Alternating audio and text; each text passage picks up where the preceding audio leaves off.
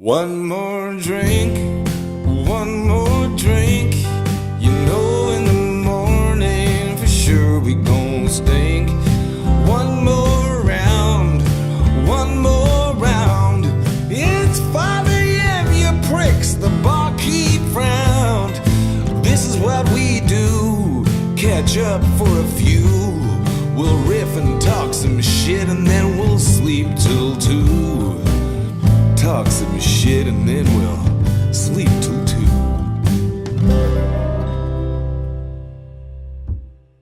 Woo! Hey, here we are, folks. It's a hot one. We got a new pod name. Let's get it out of the gate. We fucked up again.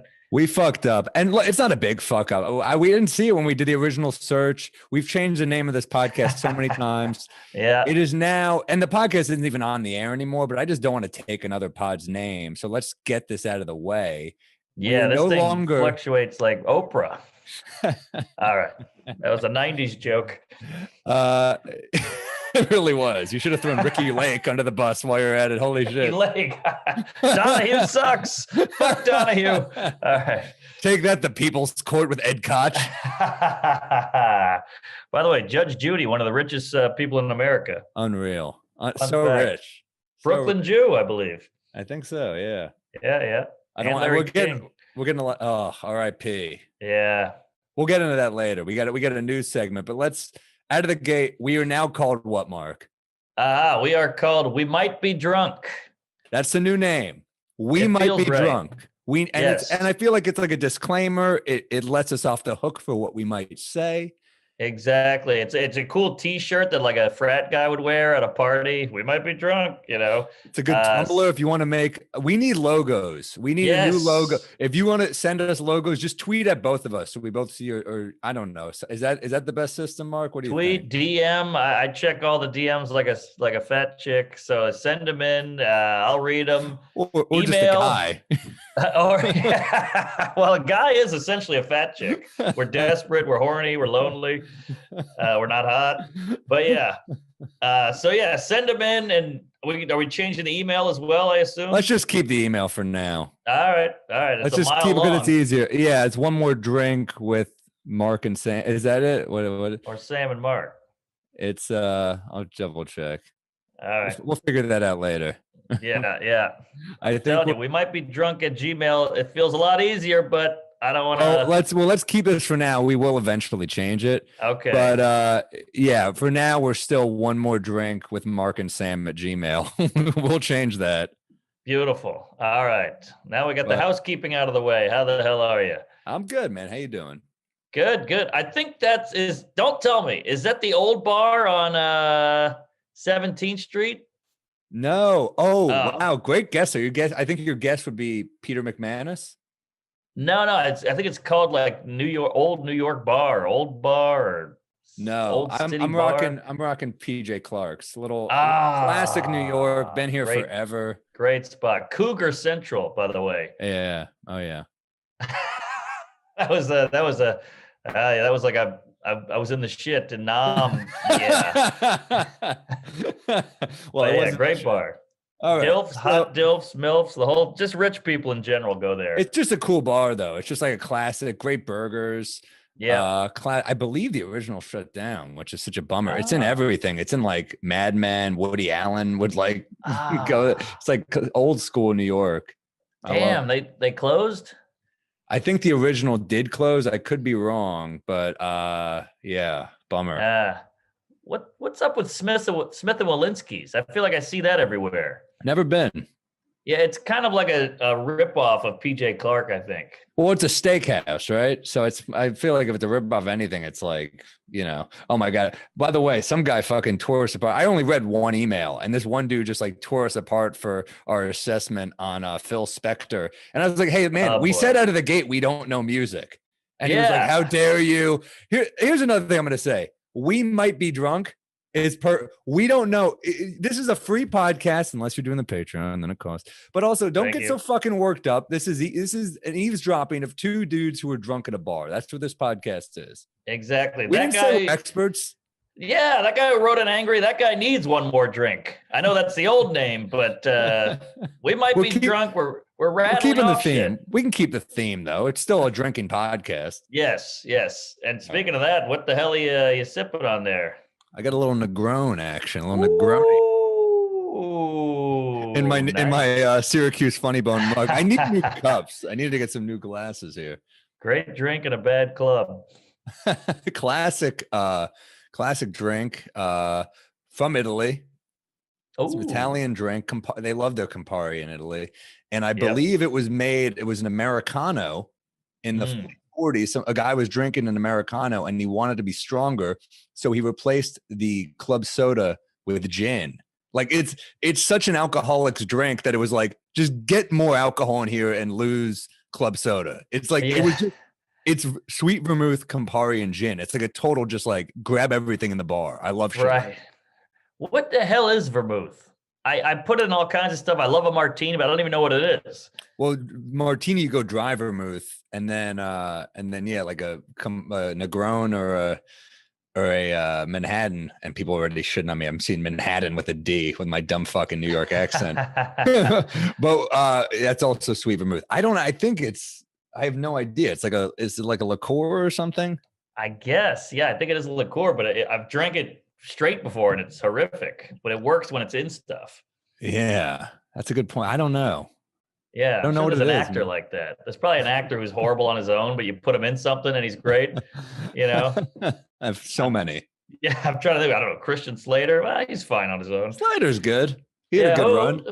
Maybe Walken. Everybody loves Christopher Walken, but I don't know if he can carry a movie. He can carry a movie. Walken can carry a movie with the best of them. Dead Zone.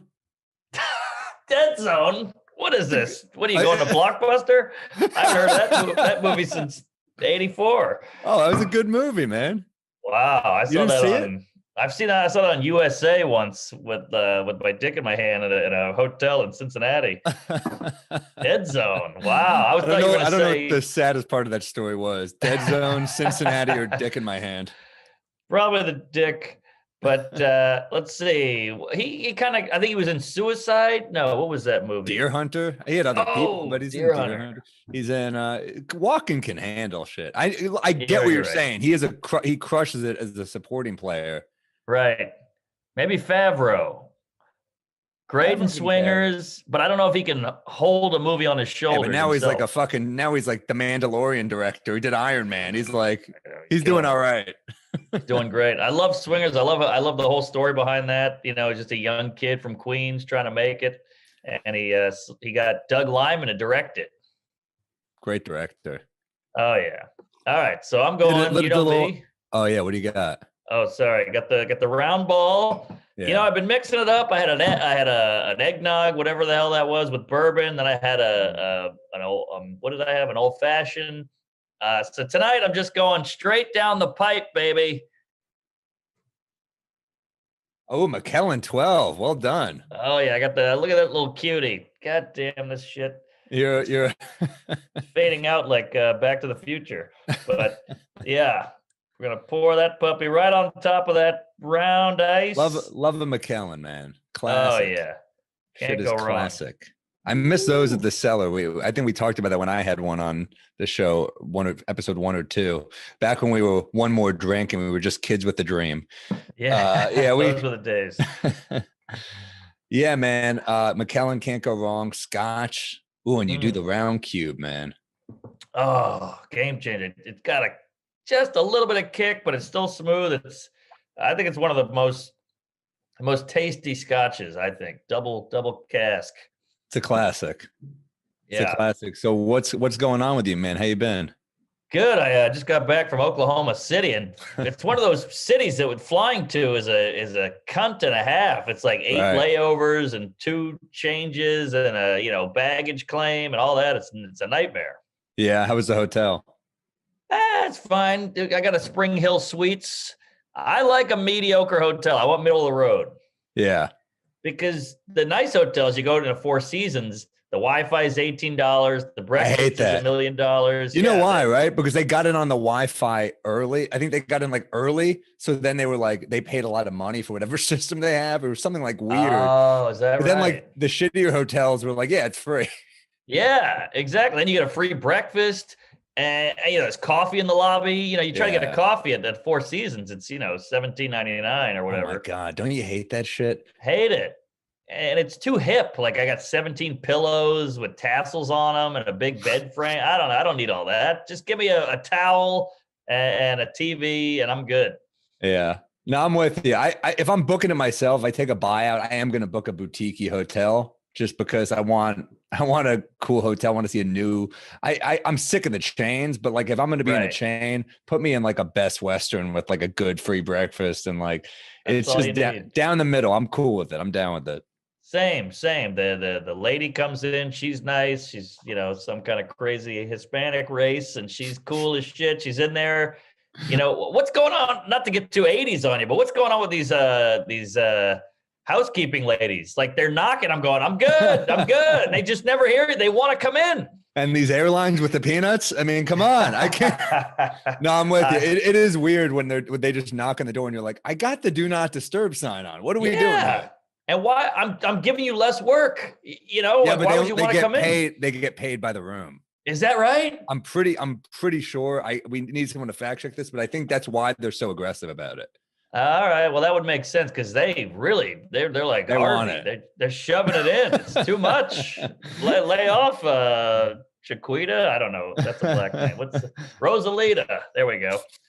I like that you thought that made it less offensive. Like, let me just change it to another race. It's not me. Let me. Well, I got the Hispanic part. But yeah, good to be back. I'm glad we changed the name to We Might Be Drunk. I might have been drunk. That's why I said it. Exactly. I was altered. I was a different person. But yeah, great weekend. Great stay. Great to be back though. That I got up at 5 a.m. to get the flight and you don't get home till 6 p.m. It's like a 12-hour travel day. Oh my God, that's brutal. The layover now too. Yeah, that's horrible. I didn't do shows this weekend. I did do a couple shows during the week, just running new stuff. But I tell you what I did do last night. I watched the fight. Oh, I just watched it. Unbelievable. That was, I mean, all the fights are pretty good. That guy, Chandler, was pretty amazing too. But the McGregor fight, you're like, holy shit, man. I'm not a big fight guy, but maybe I'll get into it. It's kind of fun. I mean, that was a special case because, McGregor, they fought before. McGregor wiped the floor with him, I think, in the first round. And then everybody it was like 7 years ago, though. No, it wasn't that long. Yeah. They were both 25, and now they're both 32. What? Yeah. You sure 2014. I'm sure, yeah. Poirier versus McGregor, because they kept saying that. Dude, he also so funny. Poirier is like the best guy. You just hear him speak. Yeah. And you're just like, I just love this dude. Every day he was like, and another thing, like anyone who like works it immediately back to their foundation, I'm like, all right, he's a good dude. Yes, a good fight foundation. He's friends with Theo Vaughn. He's from Louisiana. I love this guy. Like I went to a UFC fight with Theo Vaughn like 5 years ago. Wow. And Poirier was there and he won and he got out of the octagon and hugged Theo. And I was like, wow. Oh, how big are you? I know you have a mullet, but like, I didn't know you knew every fighter. This is insane. Crazy. Yeah. Well, it's also like, it's funny when certain guys like Stipe Miocic is another one who I love that guy. I love that guy. He also is just like a bad motherfucker, but he's like a volunteer firefighter. I know. How it's cool like as if you're not likable enough. I met him once. I have his phone number, which is what I did a scene with him on Billions, and we spent the whole day together. It was Dan Soder's character, Mafi, was fighting. That was the episode. And what? Who are you? Yeah. You're a Joker. You know Stipe. I don't know who you are anymore. Well, okay. Here's the thing. It's like the Soder's Corner. Brian Koppelman and David Levine, who created Billions, are like the coolest guys, and they make the show very hip, obviously, but like the corner for the show is like, I forgot who was in the other guy's corner, but in Soder's corner it was Tim Ferriss, me, who was just supposed to be his burnout friend, and then Stipe Miocic, who was the fighter, and I didn't really know him, so I was kind of just like shooting the shit with him, like and I'm sure he loved that. I'm sure the fact that everyone else was like, "Oh my God, can I have a picture?" And I was just like, "Oh, what's up, man?" Yeah, yeah. So I'm sure that made it easier.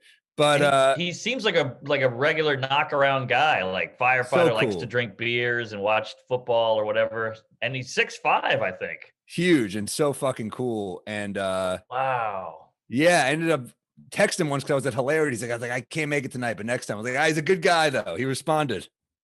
Oh my God, that's incredible. Wow. He's I would never have the Croatian balls to do sensation. that, but he was like, tell me when you're in Cleveland. And I was like, all Yeah. right. Yeah. I got the How cool opening. is that? He was very cool. I always assumed, because I used to watch him fight, and you go, oh, his name's Stipe, he's Croatian. So I always assumed he was from there because of his name and everything, because I never heard him talk. And then I saw him on Rogan. He sounds like a fucking mook. He's like, hey, what's going on? You know, he's just like a big beefcake. Yeah, dude. And I got into him because he was so cool. I don't know a lot about fighting. It's not like I'm into basketball. I like baseball, football. I don't know a lot about fighting. So I kind of got into him after, because like, wow, what a great guy. Let me look him up. I'm like, oh, he's like one of the greatest fighters to ever live. I'm a dumb fuck. Yeah, I think he literally is the heavyweight champion right now. He beat, we don't have to go too into it, but he beat this guy DC, who's also amazing, and Daniel Cormier, and he beat him because they fought twice. Well, they fought 3 times, but Cormier beat him once, and he's just a great striker, great boxer. Yeah. But then Stipe was like, all right, he might be better at boxing than me, so I have to figure out a plan. And he went in with a plan and won. He just kept dodging his punches and punching him in the liver. And it worked. And eventually the guy just crumbled and he beat the shit out of him. Like, I love fighting. I love smart fights like that. Yeah, he was talking about it last night. It's hilarious. By the way, the guy who hated us, the Phil Spector guy, is now like, please never talk about fighting again. You fucking idiots. No, it was interesting to hear him talk about it. He was saying like Miocic is in the best shape of his life. It was very cool. So I'm definitely gonna watch. I'll start watching this stuff. It's fun. It's great. It's so unpredictable. That's the beauty of it. I mean, I guess all sports are, but like, I really thought, I hate to say it, I thought Conor was going to take him, especially in the first round. I felt like he was dominating, and then Poirier pulled out some fucking leg kicks, and it was pretty great. That's what all the experts were saying. They're like, if it favors Conor in the first round, but then after that, because Poirier's conditioning is so good that it was, if it goes further, it's all his. So right, yeah, it's crazy too. Like, if you would have bet on Poirier, you would have made so much money too. Damn, now you're fucking watch us become degenerate gamblers now. I always think about that. I'm like, I watch basketball. I'm like, I knew that was gonna happen. I feel like I should, but I don't. I just like it so much that I don't need it. I feel like gambling a lot of the time is for people that like need that extra thing and aren't as into it. I love it enough to just watch it. That's true. I mean, they literally say, let's make this interesting. That's what they say when they bet. So true. Artie Lang used to have a great joke about you want to make a football game exciting, bet $1,000 in the Giants when you only have 500 in your account. Man, that guy lives. I mean, legend. Yeah, he's unbelievable. He's so funny. He's probably the funniest guy at a table to talk to. Yeah. He can just he can talk about anything, and it's interesting and captivating. Coolest dude. Quick wit. Yep. Brilliant storyteller. Yeah, I love Artie. I miss him. I hope we see him at some point, man. I know, and his backstory is like something out of like an old 50s like rebel without a cause thing. He was like a pool hustler, and he would get into fist fights, and he sold drugs and all this shit. There was a story in his book where his dad, would take him to the Yankees games, and he was like, when they won the World Series, he was like, all right, I can't go on the field after they win, but I can throw you on the field and then say, oh my God, my son, I have to get him. So he's like, I'm going to throw you on the field. Wow. And it happened, and they got to like march the field with the Yankees as they won the World Series. It was kind of touching. That's incredible, man. I wish my dad was like that, but my dad wore a rumpled suit and was a lawyer, and I'm like, oh, what a nerd. And now I'm kind of glad he was that way. Oh my God. Isn't that weird when you grow up and you're like, oh man, you look at your friends growing up who have like eccentric, weird parents. You're like, I wish my parents, and then you're like, thank God. Yes. Thank God that wasn't the case. I know. I had a friend whose dad smoked weed and drank like fucking high life all day, and he wore a wife beater, and he would like fix the lawnmower, outside. And I was like, wow, what a cool dad. And he's like, he hits me. He hits my mom. He's in jail tomorrow. I was like, oh, okay. Now I'm glad my dad's a fucking dweeb. Yeah, a it's so. briefcase. I used to have a bit about that. The dad who smokes weed with the kids. You're like, this guy's awesome. Then you go up, you're like, oh, it turns out he's a grown man who does drugs with children. So it turns out he's not. Turns out he's not that cool. Right, But it's so exactly. true. You always think that's the cool parent, and then you grow up and are like, yikes. Yeah, yeah. And I used to go home and be like, "Oh, Dad, you're such a nerd. You know, you're doing your taxes like a fucking douche." You know, and my dad was like, "Yeah, whatever." You're doing your taxes is such a good burn. And I was like, you're on the grid. You're sucking up to the man. What about those parents that are like, I'd rather you do it here than out there? And it's kind of like, let them do it out there. Don't be responsible for a bunch of 12-year-olds getting fucked up in your supervision. That's almost creepier. I completely agree. My dad was like, get out of my face, go outside, go break some shit. He did not want me around. Yeah, make it a challenge. You know what I mean? Don't just like give him the keys to your liquor cabinet at 12 and be like, knock yourself out.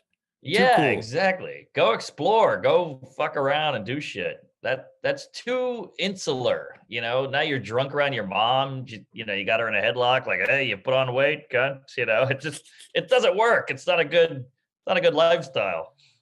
What yeah, it's not a good lifestyle at all. What about getting drunk around other people's parents was awesome.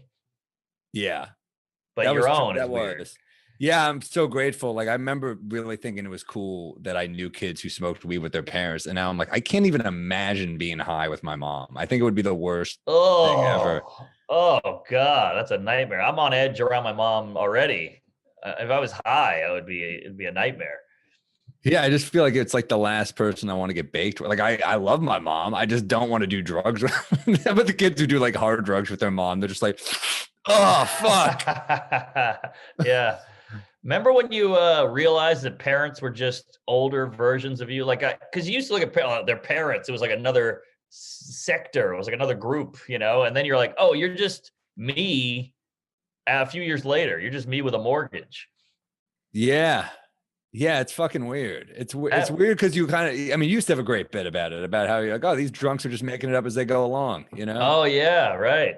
I mean, it's so, but it's, you know, you look at them with reverence and you're like, oh my God, they're so important and they know more than me. And then you grow up and you're like, they were faking it a little bit. Of course. And then your mom pulls your dad aside, like, why'd you say that? I said no to that. You said yes. You're killing me here. Like these weird power dynamics, you know, and you had no idea all that behind the scenes stuff. One of my favorite lines in The Sopranos ever is after they get into an argument with Meadow. I think she wants to go to like Spain and do like a year abroad or something. And it's a whole fight. And they're like, what do you do? Like, oh no, not even a year abroad. She wants to take a year off, find herself. One of those. We're like, oh boy.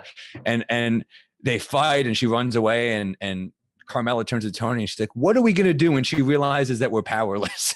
Wow. That's heavy. That's fucking great. That's a great line. It's so true. That nails it. Yeah. Like we have friends now with little kids who have to like discipline them. And I'm like, I've seen you do blow off a stripper's ass. And now you're like, hey, Ricky, no cursing. You know, put that down. Yeah, exactly. But yeah, dude. I'm so not good at being around kids. I was with Salacuse the other day, our buddy, and we were just walking around. He's with Charlie's little kid, and we're walking. I forget the kids there, so I'm like, man, do you hear about that lunatic at 110th Street on the subway the other night? And he hits me, and I'm like, he was giving out candy to everybody. It was crazy. He just kept handing out candy, and he's just like, you fucking asshole. Like, yeah. You heard about that knife wielding lunatic on the 110th Street stop who just was like butt naked? Oh yeah, crazy. Yeah. Ended up dying. Pulled someone onto the tracks. Another guy jumps on to save that guy, a good Samaritan, and then the naked guy got burned by the third rail. Whoa! But the other guys are okay. They went to the hospital, but it wasn't serious. Wow. I mean, I don't know if they're okay. They're a little shook up, I'm sure. I'm sure they're not going to take the subway for a while. Wow, man. New York's back, huh? We're back, baby. Every news story I see is like, you know, I saw one where a squirrel was wielding a knife. Did you see that one? A squirrel. There's a squirrel in Harlem in some lady's backyard. He's holding a knife. It's like, Jesus, this town is out of control.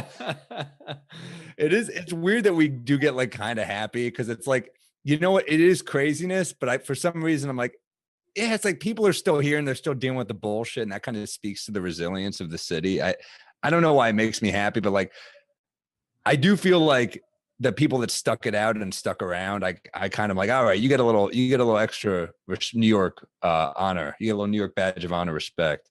Yeah, definitely. Especially all these Brooklyn queefs I see who bitch and moan all day. Then now they have Instagram videos of them at their parents' beach house. They're like, I'm getting out of New York, and I'm like, I thought you were this artist. I thought you were this struggling, starving artist. And now I realize, oh, you're fucking loaded. Your parents live in Connecticut on the lake. Well, it's also just like it's like, how is that good for your art? Yeah. Well, they just don't want to be uncomfortable. Running away from your life is not good for art. Exactly. Good point. But I guess they're like, I live in a shoebox. I have no money anyway, and now I can't work, so I got to leave. But like, Hey, come on, we stuck it out. I think pivoting is important right now, and I think you should, find ways to create despite, although I guess so many people have a podcast now, they could probably do that from wherever. But, if you really want to be a comic, there's ways to get around this, I think. Yeah, you got to adapt. You got to get creative. You start a pod like we did, or you do a web series, or put out a special on YouTube. Whatever it takes, you got to stay relevant. Got to hustle, man. Yeah, it's such a fucking weird time. It's like it's funny. It's like I was doing like an outdoor show, and some guy drives by on the sidewalk on like a dirt bike, and I'm like, that's not legal. Then I was like, wait, what I'm doing is not legal either. This is all illegal.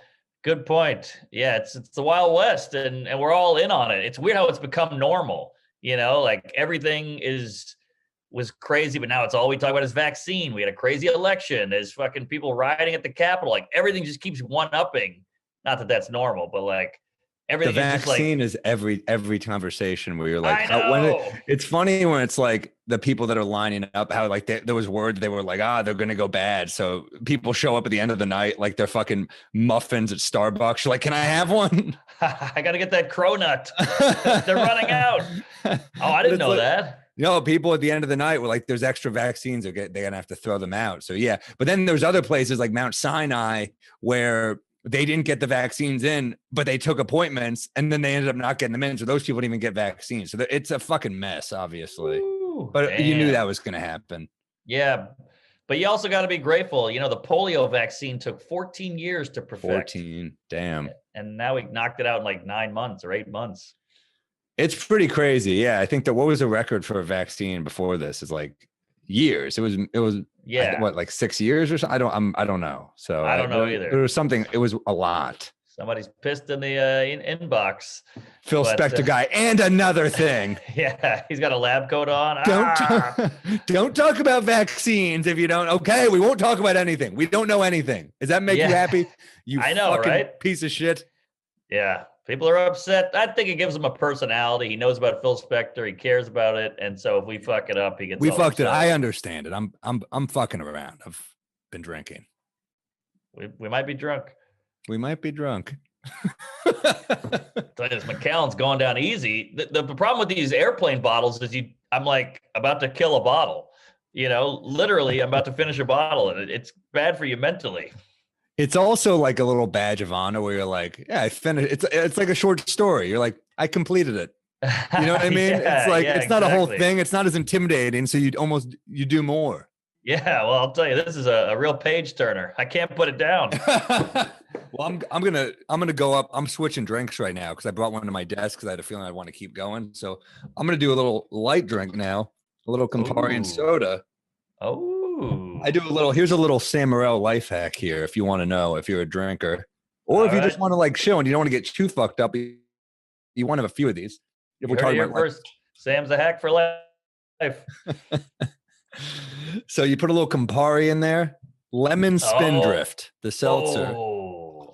Bam. You got a nice little drink right there. Those little carbonated things are just made for cocktails. It's the best. The best, Jerry. So good. You're talking about being bad around kids. I have 2 nieces. One is 6 and one is 2. And I am the worst uncle, not the worst. The worst would be touchy. But I'm like a horrible uncle because they're like, Mark, they're like playing with, like showing me pictures they drew and paintings and stuff. I'm like, yeah, how about that? Pretty good. And I like punch her in the shoulder. I can't connect. It's there's a wall up. It's so bad. You're like, can I bounce a bit off you? Like, he's 4. Yeah, I'm like, how about this Fauci? You know? Dude, Natterman has the best uncle joke. Have you heard that joke? How's it go? Where he goes, if you're a bad dad, that can mean a lot of things, right? We don't know exactly what that means. If you're a bad uncle, we know exactly what you did. That's Nails fucking it. perfect. So concise. I love it. He's so good at that. His marriage joke, I'm so jealous of, where he's It's like, a classic. Marriage, if it was a car, you'd never buy it. Like, how's this car running? Well, it's not easy. Bam, nails it in one word. Not easy. Yeah, and then the turn is like, but then you hear about the new Game of Thrones. You got to, it's amazing. Right, That right. turn, yeah, exactly. that bit's great. Yeah, Natterman has some great bits. Yeah, check out his Letterman, Dan Natterman, if you haven't seen it. It's a he's got an Letterman. album and stuff. Also check out Andrew Rivers, young comic, funny guy. Yeah. He's got a new YouTube special. Give it a YouTube search. Check it Yes. out. I've worked with him before. Good dude and a funny dude. So support and show some love. Yeah, we're all about the YouTube specials, baby. I mean, Tyler Fisher, he's a funny guy. Love him, yeah. Another special, energetic, different. Should have been on SNL. They missed out on that one. He's a talent. Mike Agreed. Cannon's got one. Joe List. Giannis. James Smith. Giannis. So many people. Yeah. Oh man. Yeah, I mean, so many. I mean, the list is endless, but support, check it out, and it, you could always use more comedy. That's the thing. It's like sometimes I'll just watch something and like laugh, and you're like, yeah, you forget how valuable that shit is, man. Like, I know when you're having like a rough day, when you're down in the dumps, you watch just a fucking new funny thing. It's fucking great. I was watching this show, How To with John Wilson. Have you seen that? Oh, dude, I wrecked that last week. I couldn't think of the name. I called it something. Yeah, I think you mentioned it to me on a text, and then Salacuse mentioned it to me in a text. So I watched the first couple. I love it. I love this guy. It's like documentary meets comedy meets quirky. Is it real? It's real? He's a weirdo. He's not that guy. He's not feeding these people with shit to say. No. Some of it's almost like too perfect. Where I'm like, I don't. I know the amount of footage this guy has is. Salacuse told me a funny story. Read like an article about him, and he said like the IRS hit him up, and they're like, "You're writing everything off. This is crazy." And he goes, "No, I just carry a camera around me. I'm always working, literally." And they're like, "You can't just write off 24 hours or 12 hours of your day. You don't have a job." And he's like, "No, this is what I do." And they came to his house, and he showed them the stack of zillions of tapes, and they were like, okay. He looked like a hoarder. They're like, we gotta get the fuck out of here. So it worked. He's incredible, man. Yeah, I love it. I mean, what was brilliant about the show to me is that like it borders on making fun of these people, and then he has that moment at the end of the pilot where this young for people that haven't seen it, he just documents everything. Yeah, he ends up going to Cancun to get a vacation, but it's MTV spring break. Yeah, so it's a nightmare. He's at the resort, and he's with this young kid who's like seems like a bit much. He's like wants to be a rapper, and he's like a white kid, and he's like, you're like, all right, and then he tells a story about his friend dying, and you realize that's why he's in Cancun. He's like, why is this kid here alone? Is he like odd? And then you're like, oh, fuck. Like he does a good job of like bordering on making fun of people, but then showing that they're 3-dimensional. And yes, and it's kind of it's a hard line to walk, and he does it really well. Where it has warmth. Yes. And you realize he's alone. Did you see the one with the neighbor or his landlord? Is that old Polish lady? Oh my God. I can't wait. I'm loving it. It's great. It's warm. It's like you said, it's got heart, but it's silly and a lot of visual gags and just the footage he gets. Like he's just filming a EMT walking out with a gurney and they drop the body and he's like, oh shit. And they put it back. And that's just a random shot he got in Brooklyn somewhere. It's unbelievable. It's incredible. And it's just so funny. Yeah. It's funny. Salacuse like, I don't know if you'll like it. I'm like, what am I fucking made of stone? Come on, man. I don't like when people are like, they recommend something and they're like, I don't know if you'll like I love it. I don't know if you'll like it. And you're like, oh, I'm sorry. Am I not up to your fucking standard comedically, motherfucker? I hate that. I get what he's saying because it's not exactly comedy. It's deeper. It's like kind of a It is comedy though. it's definitely funny, but you wouldn't go into it like it's a Jim Carrey movie. You know, it's like That's not all I like. well, I'm not saying you. I No, would but recommend it's this like, to. but you know, when someone's like, you're like, I remember a guy once said this to me, watching this, like, she's from like England or something, some comic, and I was laughing really hard. She's really funny. Forgot her name, and years ago, so many years ago, and the guy turns to me and goes, "Oh, I didn't think you would like her," and I'm like, Oh "The fuck yeah. does that mean? I feel like Right. everyone who's like me. What makes you think I love myself?" Well, I don't know. I want to say this though. The DJ guy or the rapper guy, I remember being that kind of guy. Like, Yeah, me too. just lost. You're going out to Florida to try to get laid and try to make friends, and you're getting drunk as shit every night doing drugs, and you just Yeah. want a connection, and you got nothing. It's like you're just floating in space. You got nothing to hold on to. That's why comedy is such a godsend for guys Well like said. us. Well said. Yeah, I feel the same way. We drank so hard when we were young. And I think Oh yeah. we were searching for that connection. I feel like there were like nights between us when we were young comics where we just fucking like linked up and talked for hours. It'd be Yeah. at a bar, whatever, at a club, whatever we were. But it's like that shit is hard to find. So if you're young Yes. and you're searching for that shit, it's there. You will find people like you or that connect to you. It is a challenge though, Oh when yeah. you're young and you're like, I feel like I'm not like these people. Cause that kid wasn't like those other kids. Right. Right. He was different. He was weirder. He was quirkier, and they were like, hot dudes fist pumping and like smoking hot girls in bikinis. And he thought like, hey, they're cool. I'll be cool. I'm cool, but they don't accept him. But he and was I've in been pain there. too. It's Yeah. also interesting when you're like in pain and you're trying to maybe internalize it by being like, I'll just go party. And it's like, well, that's not how Right. pain works. Right. You don't get rid of pain by going to Cancun and doing fucking, But Senor Frogs or whatever the fuck you're doing. But when you're that young, that's all you know, because I did that. I Exactly. was like, I'm Totally. bummed out. I'm depressed. I'm sad. I'm lonely. Let's get shit faced. And the saddest guy that just kept upping the partying. It was like booze, weed, pills, coke, then eventually heroin, Yeah. and then who knows what. And then you get to methamphetamine, and that's when you become cool again. So give it a shot, guys. Get in there. Keeps you in line, it sobers you up. Yeah, before you know it, you're repairing the vacuum cleaner in the front lawn.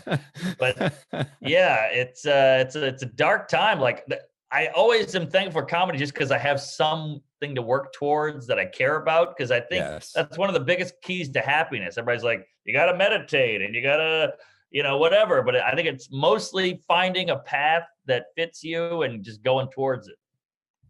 Yeah, and just finding people that you connect with. Like connecting is so hard. And it's funny, like I feel like we can enjoy alcohol more now because we Yeah. are connected. Like I could hang out with you Right. without alcohol. But when you're young, and I mean that's why you drink on the first date, right? Because you're Yes. not connected to that person. So you're like, Great point. this is a social lubricant. Let me fucking lube it up right now. Yeah. Whereas with your friends, guess what? If you got to get fucked up with your friend all the time, that's not your friend. That's your drinking buddy. It's a difference, right? Big so difference. like you're my friend who I drink with. Right. Yes, but we could do both. Like if you were going sober January or whatever the hell it's called, dry January, we could still hang. But if you want to Yeah. get fucked up, I'll do that too, which is a good place to be with a friend.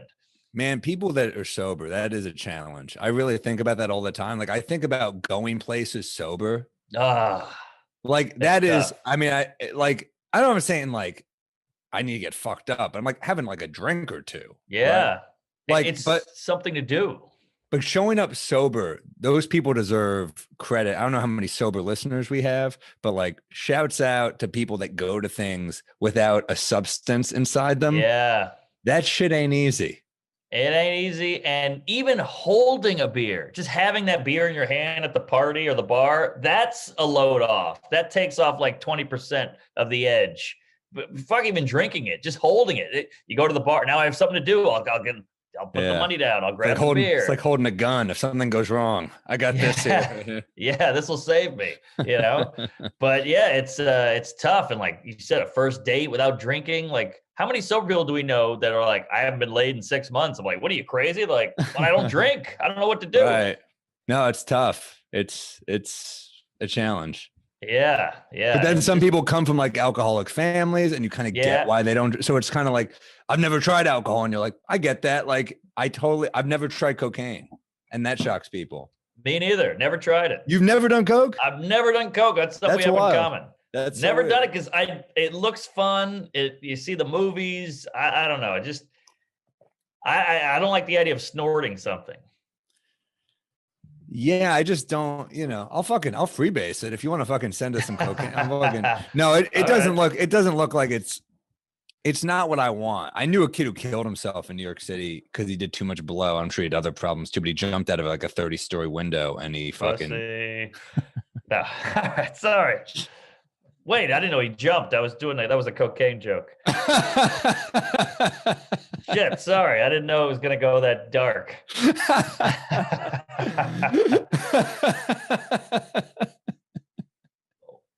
So wait, he did blow and then jumped? He just did a ton, and I think it gave him the courage to end it. I think that's what it was. Yeah. Wow. Yeah. Yeah. I had 2 friends die of heroin. One was methadone, and he died, OD'd on it, and one guy died of heroin. It's like these were party animal guys. These were like fun guys, but they were bummed out. Funny to call a heroin addict a party animal. Dude's a fucking party animal. He just passed out in a dumpster. You're like, I mean, it's a weird party, I guess. I don't know. Right. He's foaming at the mouth. He's twitching. That guy, he fucking rages. That guy parties. Well, that's what they say when they give you coke. You party? You party. Yeah, I never liked cokeheads. That was like the one Cosby joke where he cursed. Remember? Yes. I think you might have mentioned this in the past episode, but like, what if cocaine intensifies your personality? What if you're an asshole? Killer joke. And yeah, I mean, it's like a 2-minute laugh break. It's insane. Yeah. Because he never cursed, so it meant more, I guess. It's funny. I remember I did a gig in St. Louis once. I mean, many times, but this time was like the Valley Park Funny Bone, which is no longer there, in between a gun shop and a bird store. So it's got all your needs: laughs, guns, birds, whatever you're into. Yeah. And I remember one of the shows, I was there for like 5 shows, and I had the same agent as Mick Foley, the wrestler, Mankind. And he said, hey, he's doing a show there. It's an extra show. Would you want to host it? And I was like, fuck yeah, I want to open for Mankind. Are you kidding me? Like, hell yeah. I loved Mick Foley. Like, legit read his book when I was a kid. I love. Wow. He was like such a lovable wrestler. I mean, he was like the tough guy who took the worst beating of anybody, and he kind of reveled in it. And of course, he was the sweetest guy on the planet, but he followed me on stage by going, man, that's Sam. Funny guy, but he curses a lot, that guy.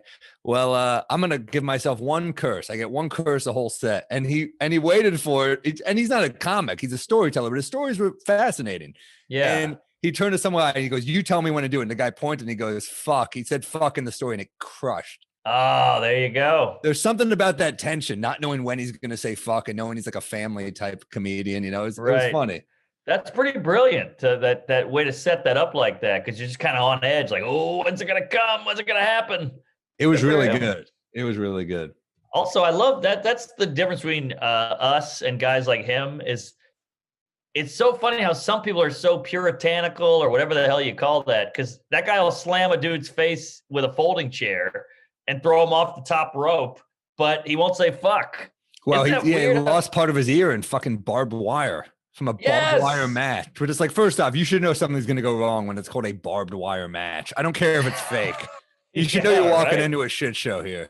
I know. Those guys are all booze bags and pill heads, and they're all fucking beat up. They have to be. Think about how hard we do the road, and then think of pro wrestlers who are physically getting beaten up. Oh my God, dude, the Ric Flair documentary, the Andre the Giant documentary, it's all about who can get the most fucked up. I mean, those dudes were fucking wild. Ric Flair rules. He really does. He fucking rules. That guy is awesome. When I was a kid, were you into wrestling as a kid? Not real. I liked it, but I didn't follow it or anything. I didn't so into all the guys. Like Bret Hart and Razor Ramon and all those like WWF guys and like I mean, they were so charismatic. It was like, I loved sports and I loved entertainment. This is sports entertainment. Right. Yeah, it's dramatic too. Like, you're going down, they'd fight Vince McMahon and he'd be pissed or whatever. But Stone Cold, man. I liked that it was fake. Everybody's like, "Can you believe it's fake?" I'm like, "Yeah, that's what's cool about it. It's like a play with dudes body slamming dudes." It's like a play for people that don't think the Holocaust happened. It's yeah, exactly. This is like Macbeth if you think evolution was a ruse. Right. No, both no, are no. fake. But yeah. No, I love wrestling, man. I really like I loved all those guys. Shawn Michaels, so fucking entertaining. Yeah, no, it was definitely cool. The character, $1 Million Man, Ted DiBiase, and There was a guy named Undertaker. IRS. He was a villain. Of course, he was Ted DiBiase's guy. IRS. He was like, I just fucking I get your taxes. Everyone's like, boo. It's like, we had to have one Jew, I guess. Oh, if you think that guy was a Jew, I'm flattered. That was not a Jew. You're right, $1 Million Man got to be the Jew. Yeah, it's wild. Wrestling is really like kind of like progressed as like crazy female wrestlers and like there's more diversity. It's a whole new ballgame.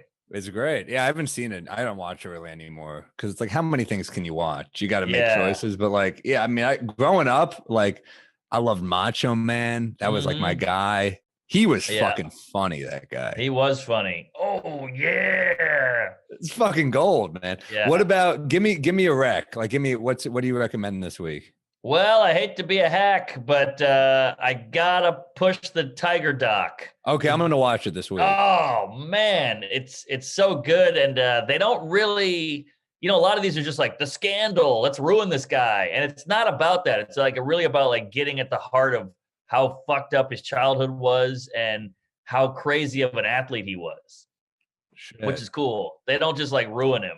Obviously, he did crazy shit and horrible shit, but like, and it's a lot about his father-son dynamic, right? Exactly, yeah.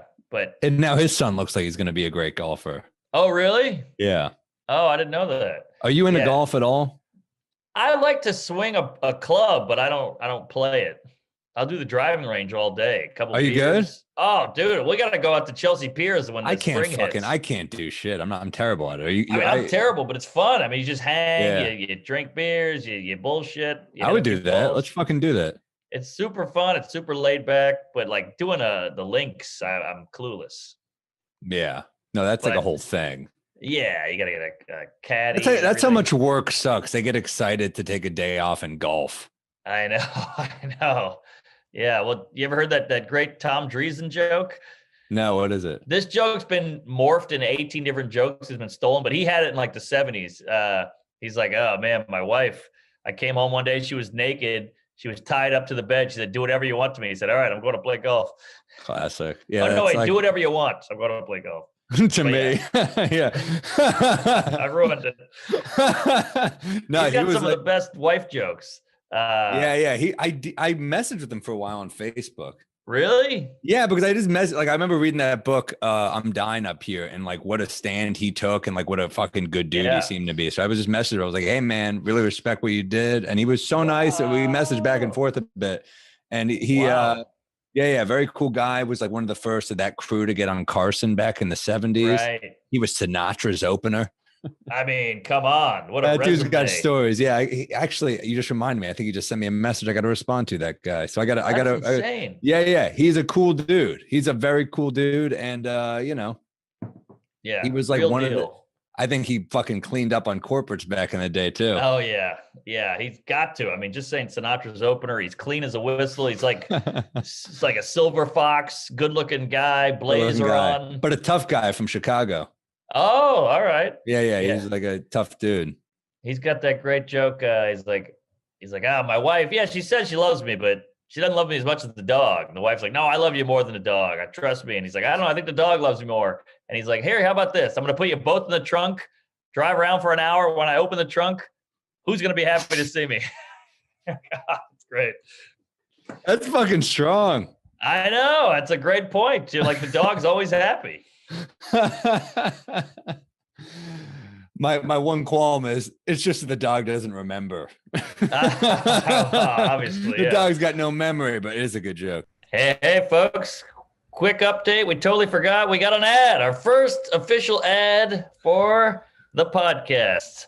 You guys are gonna love it. Lucy Nicotine. Look, we all got vices, Everybody's hooked on something. I don't care who you are. I got a friend who quit smoking. Now he loves nicotine gum. He chews it every day. And look, nicotine is not bad for you. It's just the smoking that gets you. So get on board. This is good stuff. Nicotine gum is Lucy Nicotine is a company founded by Caltech scientists to make a tobacco alternative that doesn't taste bad. Researched and developed for 3 years to be made for people, not patients. They got wintergreen, cinnamon, pomegranate, and cherry ice flavor lozenge. Ooh, with 4 milligrams of nicotine. Baby. That's the stuff right there. Pomegranate, that's healthy. Pomegranate, you can't get better. Antioxidants, right? And everyone I talk to about this stuff say it tastes good too. So get on this stuff. Just for our listeners, go to lucy.co. That's lucy.co and use promo code DRINK to get 20% off all products, including gum or lozenges. Lucy.co, promo code DRINK at checkout.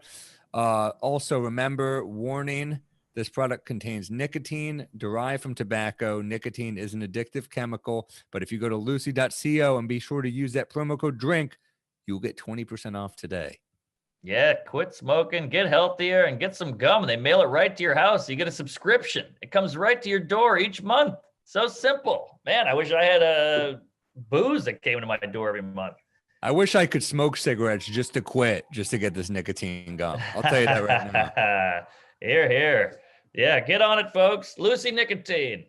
Promo code DRINK. Back to the show. Back to our show. What about my rec is obviously How To with John Wilson, but I already said that. So my other rec is so I've been reading some of these short stories before bed just to fucking sleep because I can't watch. I was watching Search Party before bed and it gets so intense. I'm like, I can't watch this before bed.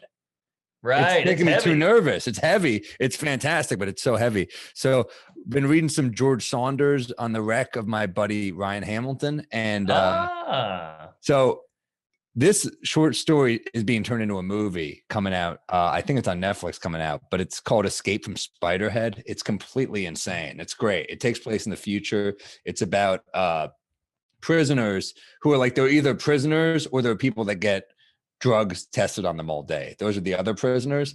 Whoa. And the drugs that get tested on, it's crazy. It's also hilarious, but they get drugs tested on them all day.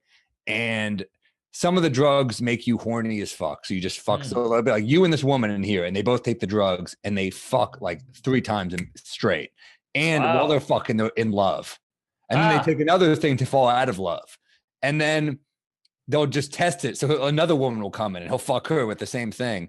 And then they'll be like, so now are you still in love with her? And he's like, I'm not in love with her anymore after it comes down. So like, but in the moment he's like, I was in love with her.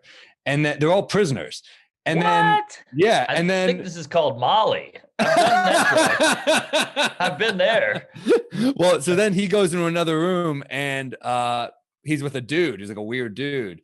And then he gets called in. He's like, oh, they're doing the same thing with us that they are with the women. We're just all fucking. And this is crazy. And then there's a threat of this other drug that makes you fucked up. So it's like a hangover times 20. You're just a mess, the darkest place. And they're like, who would you rather give this to of the women? He's like, I feel nothing towards either of them. I feel so it's like a weird thing, but it basically turns into a whole mess. And it's hilarious. There's one line, I don't want to give it away too much, but there's, he finds out what one of the women he fucked is in for. She murdered 3 people. And one of the lines was, it was at that point that I felt pretty bad about fucking and falling in love with her. But this is fiction, obviously. It's fiction, of course. Okay, it's this guy George Saunders who's hilarious. I think this piece was in the New Yorker like 10 years ago. It's super funny. It's really funny. Yeah. This is a movie. It's coming out as a movie. What? Yeah. Oh, great. Yeah. It's hilarious. It's funny and it's also dark and also kind of like poignant. It's one of those things where you read and you're like, oh my God, it's so awful they can manipulate these people's feelings. But then also it to me kind of hit me because I'm like, oh wow, we're living through this dark pandemic. So many of these people are dealing with depression and pain, but like, as comics, we're able to fuel that anger or depression into bits at least. Right. And it's one of the things is like, even when I get low, I'm grateful that I feel. And it's that idea that you can like take away feeling is so fucked up to me. Wow. Like, you think about breakups, you think of depression and you're like, man, that's horrible. But then without that shit, without being able to feel, you can't really connect. Yeah. Oh, that's a good point. That's great. So Poignant. I loved it. I thought it was awesome. I think it's like, check it out. It's on I think it's on the New Yorker website free. It's like, just Google Escape from Spiderhead. It's like 40 pages or something. It's not that long, or maybe even Oh less. yeah. That's But quick. it's All great. right. It's great. Totally recommend it. Give me the title again. Escape from Spiderhead. Ooh, all right, boy. That reminds me of what is it? Spotless Mind, Sunshine. That totally made me think of it. Yeah. Great movie, Eternal Sunshine. Yeah. I Fuck. mean, the I should whole thing rewatch about that.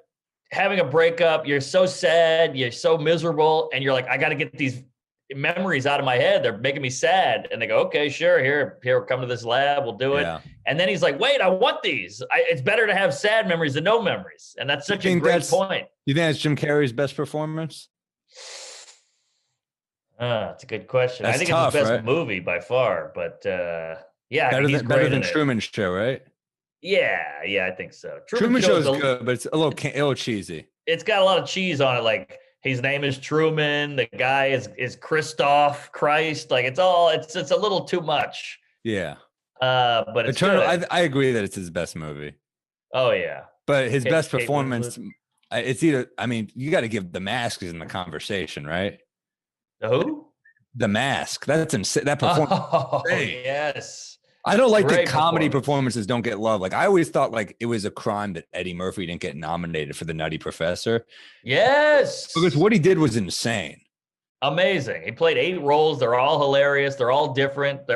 He commits to all of them. And that Of movie course. had heart. Yeah. It's like not a perfect movie, but look, actors win from movies that aren't great all the time. It's about, if it's really about the performance, his performance was fucking. I think Eddie Murphy and Nutty Professor is on par with like. Yeah.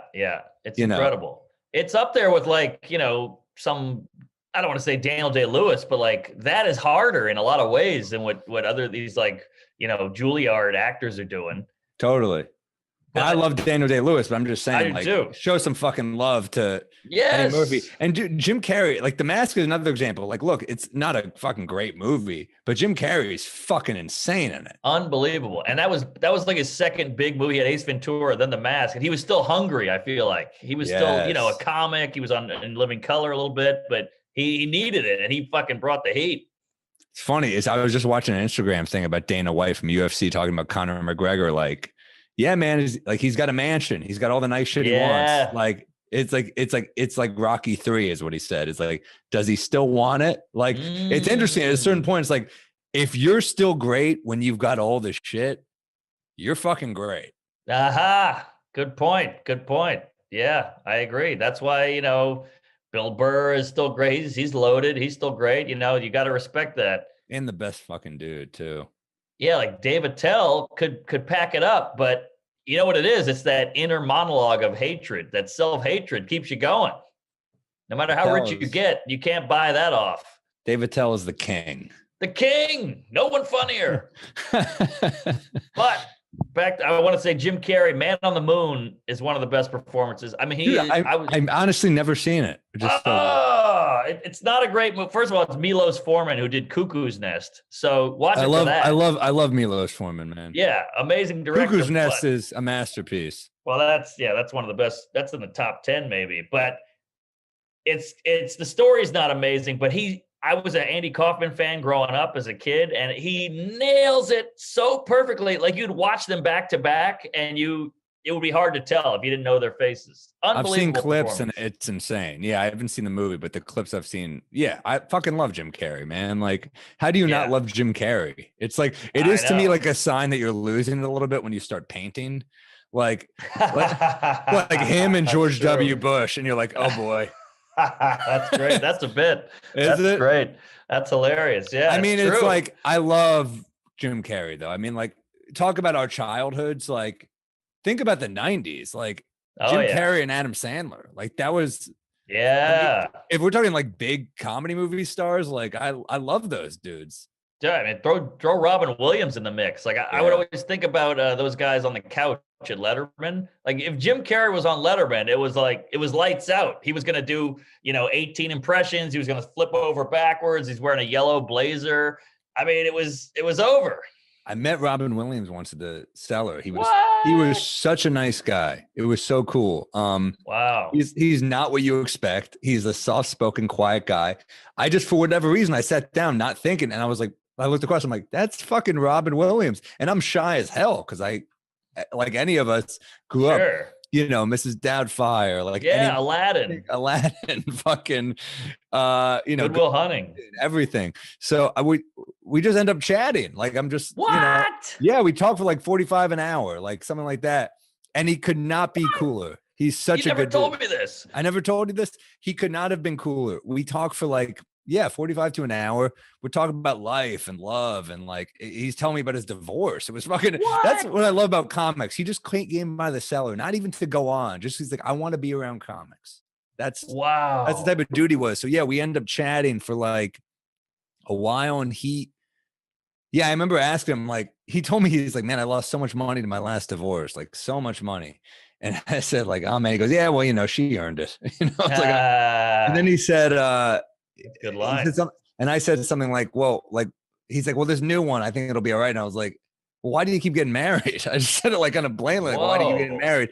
And he goes, you keep thinking it's going to be the one. And I was like, oh man, it was like so sincere. It was like, so, you know, and we chat for a while. And I remember like, as he got up at the end, we had this great talk about everything, comedy, all this shit. Is insane. He gets up and he just shakes my hand. He goes, it was great to meet you, Sam. And like he said, I was like, oh my God, that's why like he's a star. He makes you feel so important in that moment. Right. Like, oh my God. Wow. I can't believe one talk with you made him kill himself.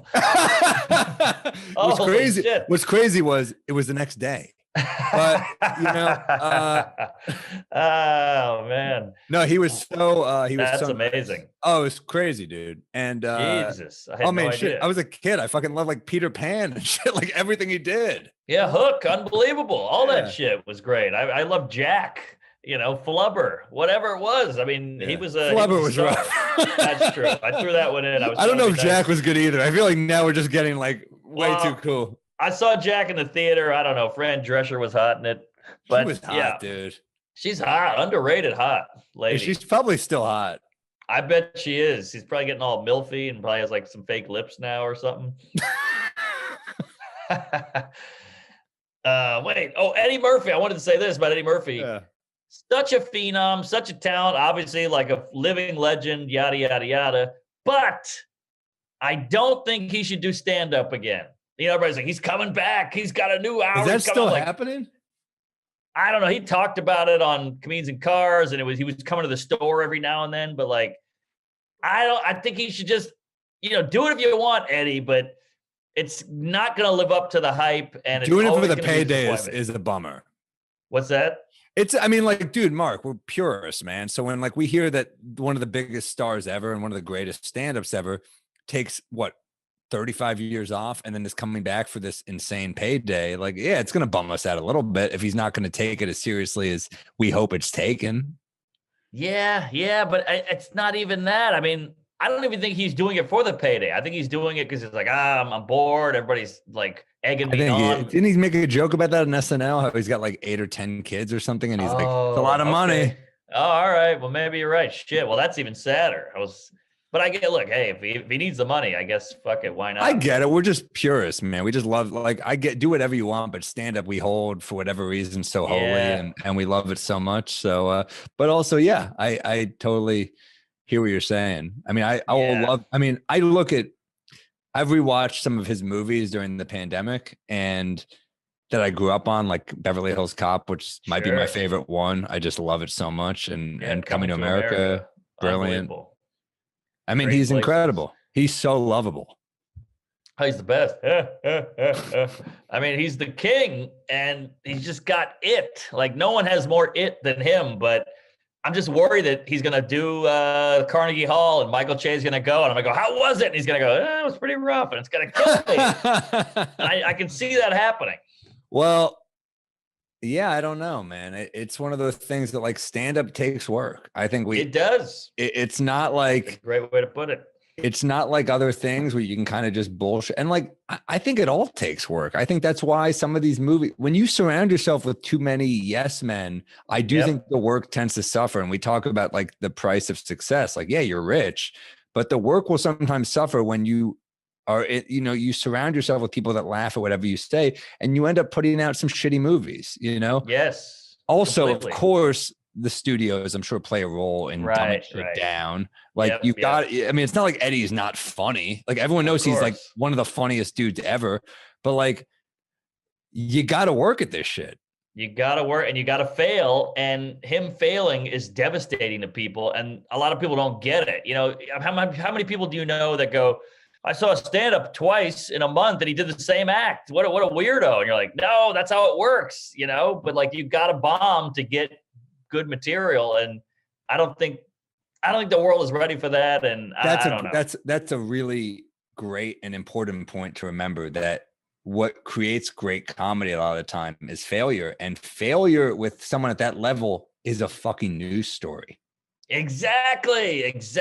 And that's what's going to fuck him up. It's going to fuck his head up. I hope he's strong enough to just push through and fail for a while. And then, well, he's definitely strong enough. Is the point is like, does he like if say Eddie Murphy rolls into the cellar and has a rocky set, as good as the cellar security is, that shit could end up on page 6. I know. And that's horrible. And that's what people don't get. I mean, they did, Louis had the leak set that got him in trouble. And it's like, yeah, he said horrible shit, but that was fucking bullshit, dude. That was bullshit. Like, I even had to talk to my mom about that. My mom was like, what do you think of this? And I was like, what do I think of them leaking an unfinished set? Yes. I think it's terrible. I think it's disgusting. I think like, agreed. I think we all make like, it was an excuse for people to be mad at Louis, because what it was you're right. They were already angry with him. And this was just another story that they got to pile on, because you loved when Louis made those jokes when you loved Louis. 9/11 joke. You just don't like Louis now. Right, so right. It's not a story. It's a set that he did at a tiny club in Long Island that got leaked. That's what it is. Yeah. And by the way, they're all good. It's so unfunny. How could he say, I'm like, well, first of all, he's murdering. He's killing. Yeah. So you can't really say it's not funny. And second, you can't enjoy the old stuff without, this is the process. This is part of it. It's just like, he didn't play the game. He didn't play the path to redemption cancellation game. So he doesn't get to make edgy jokes for what they say anymore. That's that's the rules that have been set. And like, I've talked to friends about this. I always find that the conversation with cancellation interesting, because this is not like a trial. This is a guy who people have like decided is gone. Right. This is like another conversation, obviously. But when people talk about this, it's like, all right, but you don't get to just make someone disappear because you don't like them. Yeah. You know what I mean? Yeah. That's not how it works. I mean, like, we can have that conversation on how we don't like what happened, but we can also say, you're not a jury. You're a fucking dude with the Twitter egg. So, you know what I mean? Like, it's a bigger conversation for another episode. Well, I hate when they go, hey, it's not a canceling. We're not canceling people. It's the public deciding this guy should not work anymore. You're like, well, the public is coming out to his sold out shows. So you're saying you're the public, but the public is paying millions of dollars to watch his internet special he put out. So who's the public and who's not, It's a game. It's a game. It's a game that needs to be played. And, it's exhausting when you think about the game, it's. This is the beauty of the Tiger doc, to bring it back to that. They go through like, everybody wanted him to be the best. He was the biggest. We all got behind him. And then, the scandals happen. We love crashing down on it. We love seeing him fail, and we pile on. And then he redeems himself again. And that's what the public really likes, is that like roller coaster of drama, even though it's his fucking psyche that's going through hell. Well, I hope Louis gets that shot. I really do. And, I think it was beautiful with Tiger. I thought the match where he won that incredible match lately was like it's what people love about sports and what people love about entertainment. Right. And, that guy went through fucking hell. I mean, it's like, here's what I say. It's kind of like when you get detention as a kid and your parents are like, I'm punishing you. And you're like, no, the detention's the punishment. It's kind of like, it's like when they're like, we're throwing you out, and they're like, dude, my wife left me. Yeah, yeah. I lost right. my wife. It fucked up my life. Like, it's a weird thing to me when I'm like, yeah, the guy cheated on his wife. It's fucking bad. It's not good. Guess what? That's between him and his wife. Yeah, exactly. That's not for us to be like, you're a shitty husband. Right, right. You could say that, but it's not your fucking business at the end of the day. It's just not. And we've all done fucked up shit, and no one just noticed it because you weren't famous and you weren't on the chopping block. But we're all flawed. You just did it. You cheated on your wife in a different way. You cheated on your taxes, or you stole something, or you ran over a kid and didn't tell anybody. So everybody's got their thing. We've all run over. Yeah, well, some kids shouldn't be around. But yeah. But no, no, exactly. It makes me a little annoyed. People like to get on their little fucking soapbox. They like to be like, well, I've never done this. And you're like, cool. How many women knocked on your hotel room door at fucking midnight, motherfucker? I'm not defending the guy. I'm just saying, let's have a little compassion. I don't think we need to be more accepting, but we could be a little more forgiving as a people. Yes. So let's all chill the fuck out. I can't wait to watch it. I'm not even a golf guy, but I love a good doc, and it's amazing. And we work hard and like want to be great at comedy, and he's got the same mentality. And there's this great scene where he's up against Phil Mickelson, who's apparently like this phenom golf guy. I didn't even fucking badass. Yeah, he's awesome. Badass guy, apparently. And they both have some hard hit, like some difficult drive or whatever it is. I don't know the term. Not a sports podcast. Yeah, and Phil does good, and then Tiger hits it, and it goes further, but not that much further. And Phil's like, boy, that was tough, huh? Man, do you always hit that hard? He goes, oh, I usually hit harder. That was a bad one. And he's just like, damn, he's just trying to get in this guy's head. He's cutting. This would be such a good. They should let us just drunkenly call the next PGA Tour. That guy had a hard hit, but that other guy hit it harder. The white guy was really upset. The black guy, he was happy. Yeah, it's the most basic. That's like Happy commentary. Gilmore when he just turns to Shooter, goes, "Somebody's closer." Yeah, exactly. Dude, yeah, I can't wait to watch it. You know what movie I watched last night that I'd never seen? That's a pretty dope movie. It's on HBO Max. Have you ever seen Sexy Beast with Ben Kingsley? Oh, dude, that's a stylized, badass, fun movie. It's too super. Todd Barry, for the last 14 times we hung out, he's like, watch Sexy Beast. Watch Sexy Beast. It's like his favorite movie. So I watched it last night. Really? It's a good movie. It's a Ray Winstone kind of underrated, I think. I agree. And it's so cool looking and weird. And you get sucked in and it gets your blood pumping, your anxiety's going. And he's so scary because he's such a psycho, Ben Kingsley. So good, dude. Such a good actor. But it's also 90 minutes. Shout out to a movie that can pull things off and tell a tale in a short amount of time. Because I so many times that movies... But yeah, no, completely. Good point. Every movie now is 2 hours and 10 minutes. Yeah. No, it's tough. It's I and look, I'll watch a series. Some series will get greedy sometimes. Like you rewatch Sopranos and you're like, man, they didn't waste a fucking scene, man. And then you watch some of these shows now where it's like it takes 4 episodes to get in, and you're like, and then you watch it and you're like, yeah, how's that? And they're like, episode 5's not even that good. And you're like, what are you wasting my fucking life now? I know. It's weird. I hate that, especially now because we're more ADD than ever. Everything's 2 seconds and quick, and Instagram and all that shit scrolling. But yet shows and movies are getting longer. Like Making a Murderer could have been 2 episodes. I know that's 5 years old now, but like, oh, dude, that was one so long. They stretched that shit out. Enough with that one. I love true crime, and that one was like, we get it. Yes, he's an idiot. All right, we got it. He's a backwoods hillbilly. 10, 11 episodes. Meanwhile, the Jinx is 6. The Jinx is 10 times more interesting to me. 10 times better. That's a work of art, by the way. That Jinx. That's my favorite one. The Jinx. That's pretty amazing. The Staircase was another one that was, dude, like 8. It was 8, but that one earned hours. It. That one fucking earned it. Dude. Oh, we could have got that in 4 eps. That one was fucking brilliant, dude. Look, I enjoyed it. I love that lawyer guy, Rudy. He was killer. But Rachel DM'd with him for a while. What? Yeah, because she's obsessed with true crime. Rachel Feinstein, our buddy, great comic, close friend. Yeah. But she ends up just following him on Twitter, and he followed her back, and she's like DMing him, and he's telling her stuff about the case, like that What? yeah, and he was like, couldn't have been cooler. She said, she was like, he was such a nice guy, and he was incredible, dude. No, that doc was fucking brilliant. It was also beautifully shot. Yeah, and he clearly did it, right? Clearly. All right. Oh my God, what guy who didn't do it is like, yeah, follow me around for 13 fucking episodes. Yeah. He's like, an owl came in and hit her in the head. I'm like, what? The owl theory. Yeah, and then this is the second wife that fell down the stairs. I'm like, at least mix it up. What the fuck are you doing? Your Honor, what about birds? Have we ever thought about if birds can do it?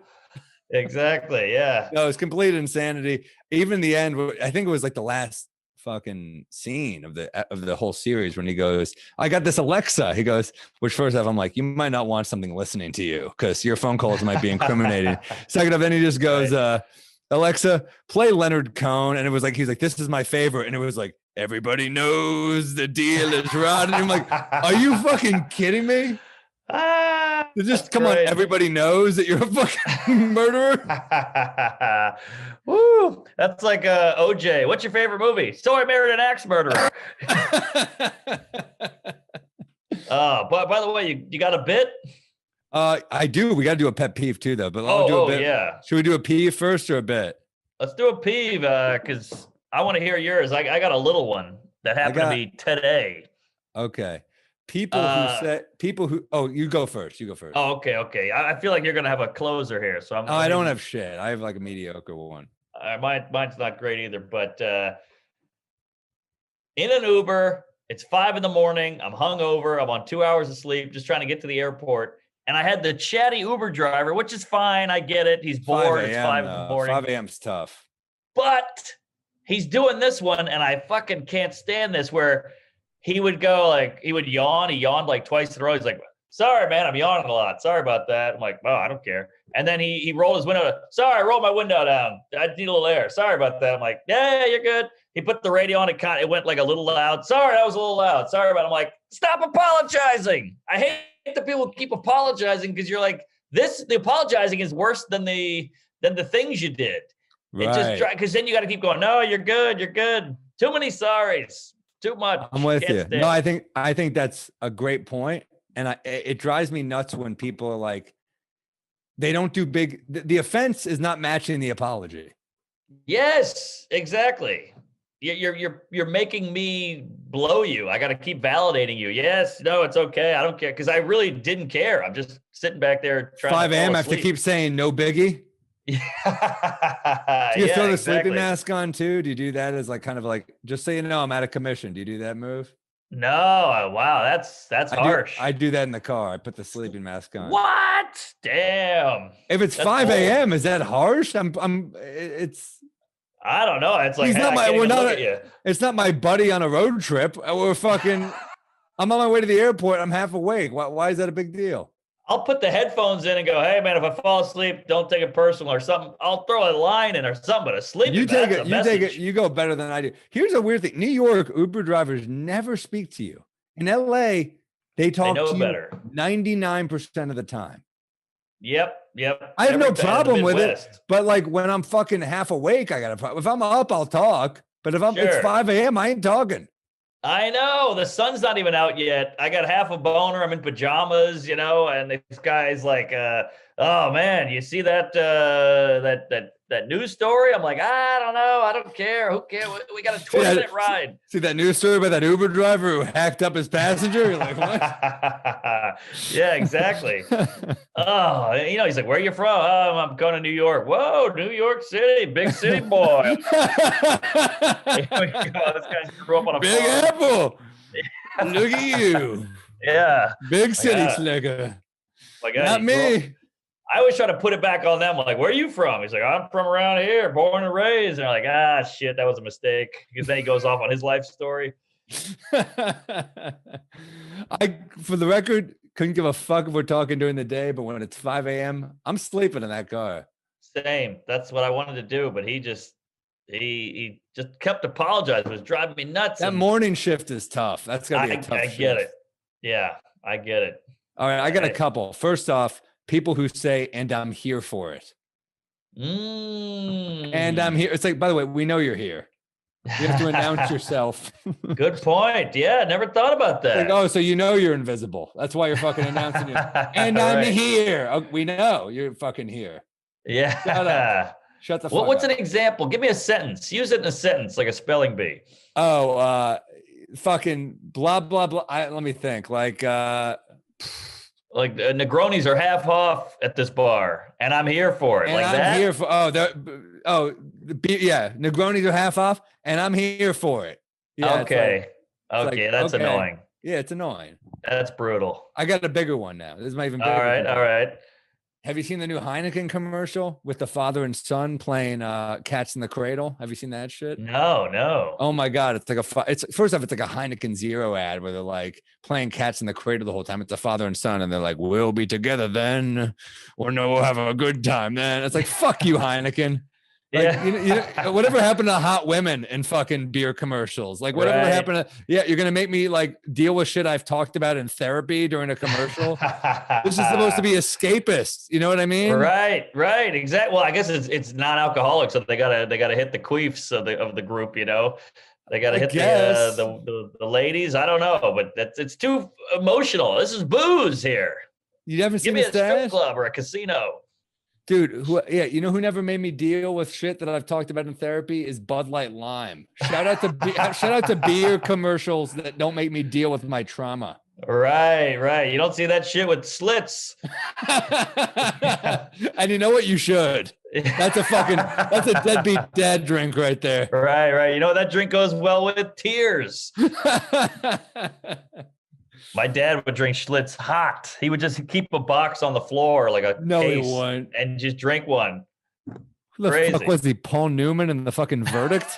Jesus Christ. Well, he was a Southern lawyer. He's That's what I losing his mean. tie. Yeah, he's got the sweat on the brow. Schlitz. That's Up on fucking a Schlitz. gross. Oh yeah, he was a scary man. Hit me with a bit. All right, here we go. Now this could be horrible. I thought of it on the plane today, and it Hit just me. kind of hit me as it could be something. So it's not worked out in any way. I mean, Very that's raw. same with mine. All right, good. Oh shit, my notes just keep going. Hold on. How do you get to the bottom of notes on your iPhone quickly? I don't know. Is there a I do move for this. that? I usually just search. I'm fucking terrible. At it. Oh, that's smart. Okay. All right. This is a little harsh, maybe, to my lady, but I think there could be a bit here. So she's dying to get married. Like she's pushing it pretty hard, and obviously I'm a child. I'm scared, Yeah. and I'll probably, I have an opener where I say I'll eventually pull the trigger and kill myself. But That's good. But my point is, she's like, well, I want to have a bond, like a legal bond, so I know this is serious and you're not going anywhere, or I'm not going anywhere. And I'm like, yeah, but how about you just be cool and I'll keep you around? Like why not just be fun? You got to earn it. You can't just now I've signed something that'll just cause you to cut back and lay low. You got to earn. Why not keep being fun, keep being like you are, and I'll still be there. It's just weird that we have to have a contract instead of just like, what if I sign the contract, then you just change and start slacking off? It's like, what are you, my agent? You know what I mean? Right, Like it's right. tough. It is funny where it's like her mind is like, why can't we just have a contract so we know we're cool? And you're like, why can't we just not have a contract so I know you're cool? Exactly. Oh, that's a good line. Yeah, like just keep being cool and I won't go anywhere and neither will you. But it's weird that it just feels like, hey, once we sign this, I can become, shitty. I don't want a contract. I want compatibility. Hilarious that's where your mind is at though too. It's like that should also be like an added part where you're like, you're so scared to take it to the next level because you're like, she's just gonna become bad. Right. It's almost like unionizing. No, I want you to be a good employee, and I'll be a good employee. But if we unionize, then you can just start slacking off and go, "Hey, I'm in union." That's fucking good, dude. That's is funny. that something? I All think right. I think it's funny that's how little trust you have in her to like stay cool. You're like, well, if I get you a ring, it'll become shitty. Right. Yeah, you get time off and shit. I don't know. It might be too mean that I'm making it like a job. parallel? I think you can pull it off. I think you can thread the needle here, but yeah, I mean, you are coming off like kind of a dick here. I think, but I do think it's okay if the joke is funny enough. Right. Like, Okay. The idea that she's like, I want to make sure you're serious about me, and she needs a ring for that. But you're like, well, I think there are other ways you have to show. Like, well, there's other ways I show I'm serious is by, like, what's other ways that you show you're serious right now? Well, we live together. We sleep in the same bed every night. We do things. We go on trips. We love each other. Yada yada. I mean, it's all there. It just doesn't have the little on a piece of paper in a courthouse. That's so funny. It's like she needs the document. Yes, exactly. It's like supposed to be romantic, but it feels like you're giving up. Right. You know what it feels like? It feels like I got the car on the lot and it's great. It's running great. And right when I pull off the lot and sign the paper, the bumper falls off. But I don't know. I'm going to ask you a question now that maybe our mutual therapist would ask you. Oh God. Why are you assuming the second you sign the paper that the bumper is going to fall off? Because now she's got me by the short and curlies. It's legal now. So she's like, you can't get out of the mask is gonna come off. She's gonna gain 10 pounds. It's gonna be over. That's the best fucking. You need to add this part. The best part is that you're like, what's your biggest fear? She's gonna gain 10 pounds. Should have said 50. Why would you give her what she wants? She could gain 10 pounds. I mean, that to me, it's so fucking funny. But I mean, I hear what you're saying. Like, it is a power shift. It is like you right now, you have the power because you have something she wants. If you give that up, you've lost the power. I get that. Right. It's kind of like if you're renting and the toilet breaks, they fix it. If you own the house, you got to fix the toilet. Maybe that's a stretch. But no, I don't think it's a stretch. I think it's interesting. It's like, now we have to fix this. Now it's on me. So you think of yourself. It's funny. So you think of her as the house. Yes. And if you're renting, you can get out. But if you buy, it's a little more complicated. Exactly. Maybe that's an angle. That's a comparison. Yeah. If you buy, you either gotta fucking just abandon, or you gotta hope some other guy's interested. Yeah, you deal with it. Oh, that's great. That's great. There's something there. I mean, the premise is fucking funny. It's funny because it comes from a kind of a fucking, like, it comes from a place that, like, you're a little upset you feel trapped, but also you do feel a little bad that you feel trapped. Yes, of course. I mean, zillions of people have gotten married over history and had a great time and happy and all that. So I'm obviously playing it up, but my whole thing is like, if you're it's kind of like a restaurant saying, oh, you have to eat here now so we can slack off on the quality. But if the restaurant is just constantly good, we'll just keep coming back. That's my point. It's almost like saying now you have to eat here. And you're like, whereas, exactly. If you choose to eat there, it's almost like, oh, this will be good. You want the restaurant to still bring it. You still want them to prove it to you. And you associate marriage. Man, women are just fucking kind of better in certain ways because they just assume they kind of don't care. They just want to make sure they're taken care of. Exactly. Whereas men were like, you gotta fucking still do this and this and this. It is interesting. I mean, there's a lot there. There's so much there, I think. They're smart in that way. I mean, they're great negotiators, obviously. I mean, you argue with a lady and it's tough to win. They know what they're doing. They're clever and they have to cover their ass. I don't even blame her because, that's not like they can beat us up or anything. So they got to cover their ass some way. By the way, side tag, you said don't gain 10 pounds is funny. What if you say it's romantic to say don't change? I love you the way you are. Don't change. But it sounds worse to say don't gain 10 pounds. I fucking love that. Right. All right. I tried to do a bit the other night. It's not like a finished bit or anything, but the idea of like how people say it's got a big heart. that's a compliment, but that's one of the only organs that's like a good thing. He's like rare. Like, you got to meet this guy. He's got an enlarged prostate. This guy's fucking awesome. Oh, that's nice. I like There's something that. there. All right, let me try something about this. This is interesting. I have this whole thing about like young people. I have a lot of bits now about being young and coming of age bits. And I mean, that's kind of where you go when you're burning a ton of material. But I have a lot of, I think, some funny stories now in the act about it. But I have one thing about hearing younger people talk about. I saw how young people just throw out compliments so easily now. Everything's like the self-esteem now is insane. The praising seems nonstop with young people. I saw a kid, he had like a water bottle, but it was filled with vodka, and he explained to his friend, I overheard this, he goes, well, they're both clear. So, I was able to sneak vodka in this water bottle, and his friend goes, genius. I was like, genius. Like, what? I think the word you're looking for is frugal. I don't think genius is the word. Like, what are you going to do? It may be stealthy. I don't fucking know. But what are you going to do when some genius shit actually happens? Or like, we found a cure for cancer. They're like, nice. You know what I mean? Right. I don't know that's not the right punchline, but you know what I'm talking about? Where they're like, no, I like that. We're upping the words too much. We're blowing our load on the words. Exactly. We're blowing our load too soon. And it's like,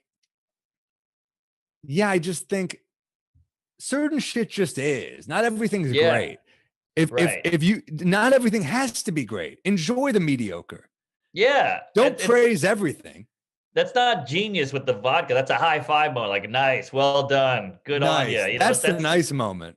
Yeah, exactly. That's nice. But you're right. You can't go too far, because then when the real thing happens, it's the same with love. It's like when these relationships, they date for a week and they go, I love you. And you're like, yeah, but now you're just taking the teeth out of love. That's a heavy word, That's also could be funny too, is like, as a young person, that's genius. As an adult, you do that shit. They're like, what's wrong with you? Just buy a drink. You can't afford one drink. Yeah, that's true.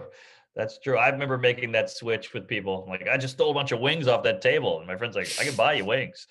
I remember I used to roll with like the Dasani bottle full of whiskey too. That was another move I would do. Same. That's true. Blowing your load on words is there's a lot there. We do that with everything.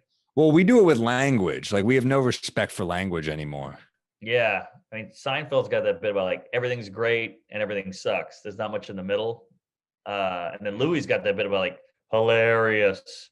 No, hilarious is when you fall over, trembling from laughter. You didn't even laugh at that joke. I remember that special. That was a good special. Great special. It's called Hilarious. Yeah. There might be something where he goes brilliant or something. Well, the British do that. There's maybe a connection there. The British say brilliant for whatever, and it's like, it's not fucking brilliant. Right. They just say brilliant like cool. It's funny how the British are loose with everything. The British will say cunt like it's nothing. They'll say brilliant like it's nothing. Also, weird that the British just throw around bloody. That's a bloody good show. You're like, Jesus Christ. That's a little dark.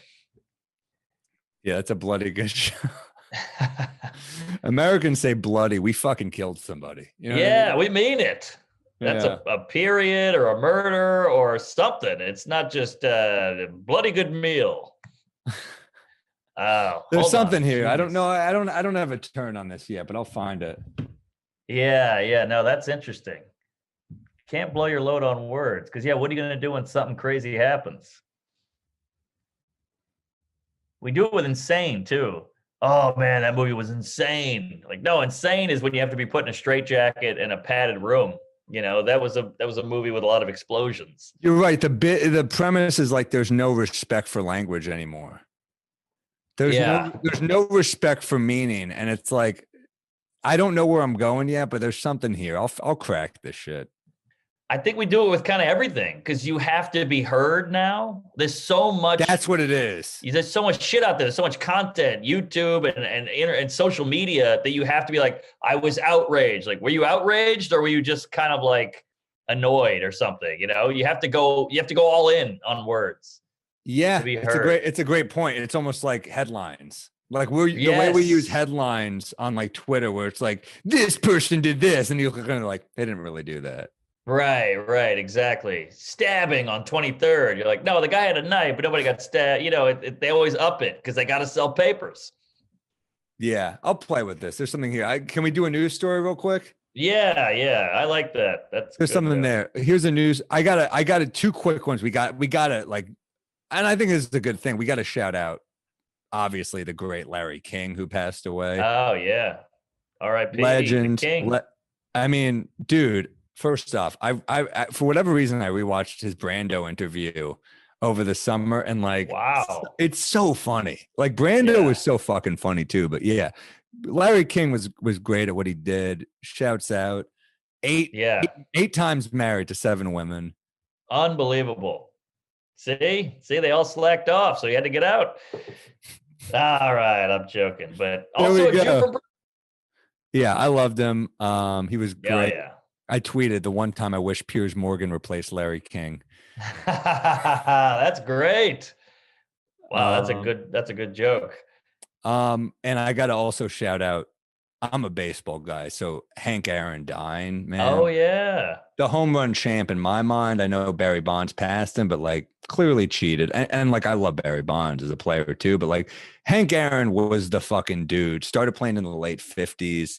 Like the racism this dude dealt with when he passed Yeah. Babe Ruth's record, like had to worry for his fucking wife and kids. Like, can you imagine being that good at baseball and you can't even enjoy passing Babe Ruth's record? Like bullshit. There was a Great great point. article in the New York Times about him today where the last line was incredible. It's a long piece, but it was so good. And the last Yeah. line says, Hank Aaron, a quote, "I never wanted them to forget Babe Ruth. I just wanted them to remember Henry Aaron." Woo. Incredible guy. Wow. And I've seen him yeah. interviewed. There was a great interview. A-Rod, he's on baseball on ESPN. He's on the whatever, baseball night, whatever. And A-Rod is interviewing him. And it's such a great interview. Like the reverence that A-Rod just spoke to him with and just the respect was just so cool. Like A-Rod just like he was like looking at his hands. He was like, this guy's got huge hands and huge wrists. He had the quickest swing. Yeah. So shouts out to the great Henry Aaron, Hank Aaron, Hammer and Hank. Yes, and, good shout out. How Incredible old was guy. he? 86, I think, or 85. Oh, 86, wow. I believe. Yeah. He was such a fucking badass. So, and if you see him speak, you just love the guy instantly. Just a Yeah. classy man. No, I listened. I saw you post a few things. I watched them all. Just a humble, good dude, and like got death threats and all that shit, and just rolled with it. Never seemed. He was like stoic. Yeah, he was a cool dude. And just Yeah. one of the greatest baseball players ever. Still leads the MLB, I believe, in total bases and RBIs. And he's got like 3,700 hits, which is third, which is insane when you think about 3,700 something Yeah. hits. He's Yeah. behind like Pete Rose and someone else. I forgot who, but Wow. insane. And that's no roids. No roids, man. Beast. It's so funny wow. that he played for the Braves too. They were like talking about the racism he dealt with and the minor leagues, and they go to the it's so funny. He's like, well, That's it's a different hilarious. racism, I guess. I don't know. But that could be a bit. That's funny. Man, wow, that's gonna be hard to follow that whole little remembrance there. That because I got the worst news story of all time, hit me. and it's a horrible joke, and I'm ashamed of it because yours was killer. Gwyneth Paltrow's vagina candle explodes in UK woman's home, and all my joke was, boy, that's some big wick energy. Oh, that's good. I like that. Well, it's like geez. wordplay, but it's fun. Yeah, it's a tweet. It's a tweet. I But did a bit on Spade's show, Lights Out, when that was on. I had a bit about like when Chris Martin was like still trying to talk to her or something. And I was like, man, how good is this woman's vagina that he still wants to talk to her after she treated him? And then I got the candle and I was like, it's pretty good. It is pretty good. You know? That's great. It got a groan when I said it at first, and then it hit. And Spade went, he goes, you got to let him finish, folks. and I got like an extra laugh. I was like, oh, it's nice when Spade comes in and tags your joke. What does it smell like? Did you really get one? No, it was a joke. Oh, It okay, smells I like was a gonna vagina, say. apparently. I know, but I mean, what the hell is that? Flesh? Is that fish? Is that what are we talking here? I'll tell you, I'm not about to curious. drop the money she wants to find out. They sold out in like record time, apparently. I mean, yeah, it's fucking weird. Weird shit sells, I guess. Yeah, I guess so. Yeah, like those Bernie sweaters sold out in 10 seconds and he gave it all to charity. Pretty badass. He's a character, man. Like he really is like, it's like almost like a Tell meets Larry David, that like level of curmudgeonry. Right. Yeah.